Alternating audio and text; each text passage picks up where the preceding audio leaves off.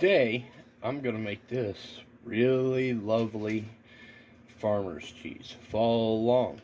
I'll do it step by step so you can do it too. Today, I'm making homemade farmer's cheese. This is a gallon of milk, waiting on it to come to a light simmer.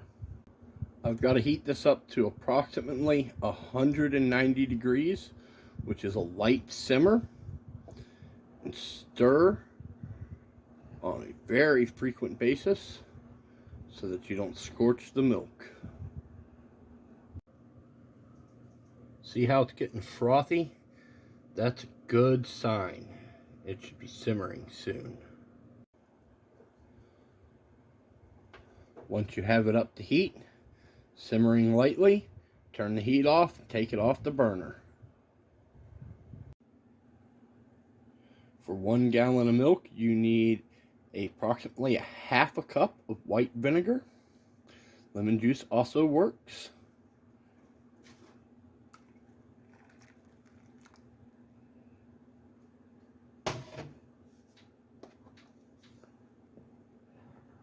Give it a good stir. Let this sit for 15 to 20 minutes. The curds have separated very well. As you can see, this is also when you add your seasonings. I'm just going to add about a teaspoon of salt, but you can add herbs or other things at this point. Give it a good stir and wait a few more minutes. Over here, I have a strainer set up on a large bowl. I've got 4 layers of cheesecloth. Now, all I need to do is filter out the curds from the whey.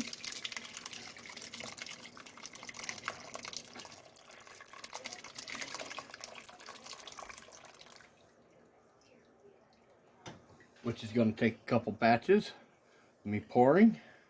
And I'm actually planning on making a couple of wheels out of this, so that's fine. Just let it drain into the bowl. Get your whey down there. A lot of people like to use their whey for other things, like cooking grains in. Just let it sit and drain on through. Alright, your next step is straining it and kind of pressing it with the cheesecloth. Take your cheesecloth, fold it up, cut it off like this, and give it a good squeeze and twist at the same time. Now, you should be aware it's still kind of warm. Alright, once you've squeezed it out real good to where only a little bit comes out, go ahead and transfer it to a plate. At this point, you can open it up and check on it, or you can just push it down and form it into a wheel. I'm just going to push it down and form it into a wheel. After that, you just simply put it in the refrigerator, covered, and wait a couple of hours. Now that it's sat in the fridge for a couple hours, let's see what we got here.